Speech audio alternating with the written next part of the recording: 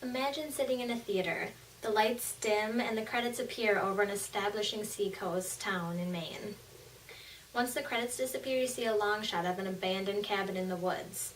Then a medium shot of a crazed old man pouring gasoline on the grass near the house and striking a match. The grass catches fire and the man flees. The vivid crackling of the fire dissolves into the sound of a young girl's laughter as she frolics about the house with her younger brother. That scene involves several people: the director, a producer, a screenwriter, actors, the light designers, sound editors, and finally, a film editor. The actor who played the old man was likely filmed in Hollywood, the young girl on a different set in Hollywood. The seaside town was filmed off of the coast of California, not Maine. The crackling fire and girls' laughter was recorded in a studio. When you see the finished scene, all the sounds and images work together. They appear to be in the same place at the same time. That is the magic of film editing. Film editing is a key role in creating a magnificent production, but because it is overlooked by so many people, I'm here to explain to you just how critical editing is in the success of any video, whether it's homemade or a feature film.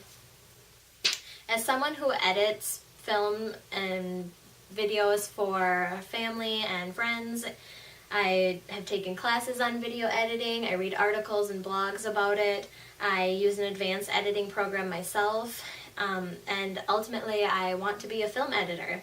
I think I'm a very good candidate to stress the importance of film editing. I'm going to discuss the importance of editing, the post-production process, and the programs that the film editors use. Let's begin by understanding exactly what film editing is. I gathered this information from filmproduction.com. It's a site that lets you put articles of interest out and just kind of lets people read them. Editing involves manipulating and rearranging videos to create something new. I asked some of my classmates if they ever take the time to actually appreciate and look at the editing of a film, and most of them said that they don't really do that. They just kind of watch the film, and they know a lot of people are required in making one, but they don't really look at the editing aspect of it. The main goals editors try to accomplish is they have to remove the unwanted footage. They pick the scenes that they're going to use. They have to make it flow. They use a lot of color corrections, which involves a green screen, which is what I'm standing in front of, and a lot of people know what green screen is. It kind of allows you to change the background from something else, so I could make it like a different color, kind of like this. Or I could put myself in a different scene completely. I could put myself in a city like this. So it just kind of depends on what the director of the movie wants. You use effects, transitions, music, and so on.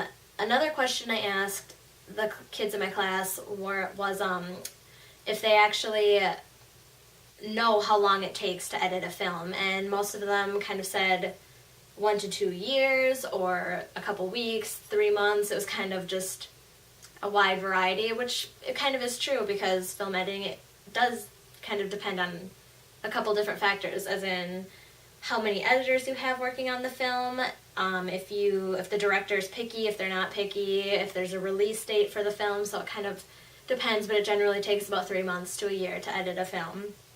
So after understanding a few basic editing techniques, let's move on to some final and critical parts of editing. We're going to talk about the post-production process, which is where editing happens in film. And I got this information from degreedirectory.org. It just kind of lets you go through different degrees and read things that are interesting to you and see if you would like to do that as a job.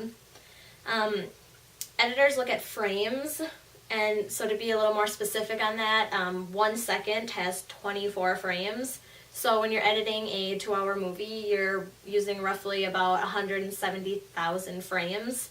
And so it takes a couple days, weeks, months, years to go through and actually pick out every single frame that you want to use for the film. You start with a rough cut, which is where the editor sits there, they go through everything, and they pick it. Then comes the director's cut, where the director comes in, they sit down with the editor, decide what they like about it, what they don't like, what the editor has to fix. And then there is the final cut, which the producer, director, the movie studio, they all review it, put the final touches on it, and then send it off to the theaters.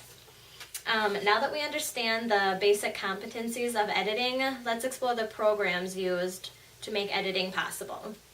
The three main editing programs are Adobe Premiere Pro, which you might have seen in Avatar, The Social Network, Final Cut Pro, which is strictly a Mac program, and you might have seen it in X-Men Wolverine, or The Girl with the Dragon Tattoo, or Avid Pro, which kind of was created to compete with Final Cut Pro.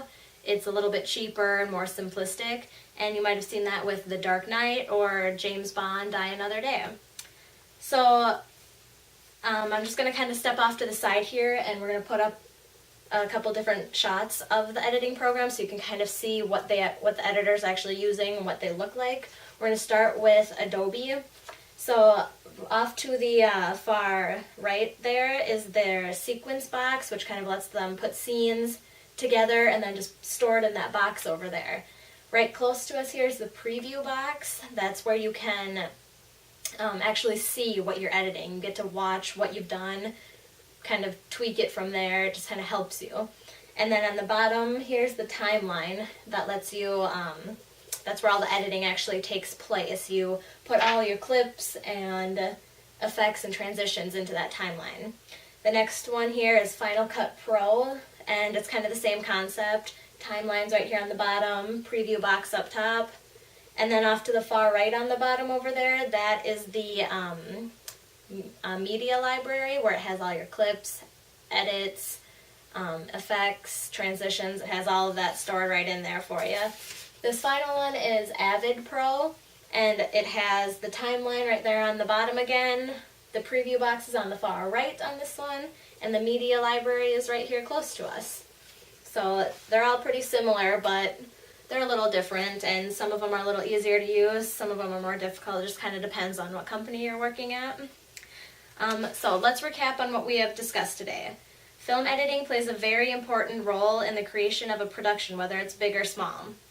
We now understand the goals and tasks editors do daily, the different processes they go through before the final cut is approved, and the different editing programs they use. Though film editing is constantly overlooked, I hope you now understand the importance and significance it has over the production of a film. After all, film editing is secretly everyone's favorite part of a movie. I mean, wouldn't we all like to edit our own lives? Take out the bad parts, the scary parts, and just focus on the really good parts?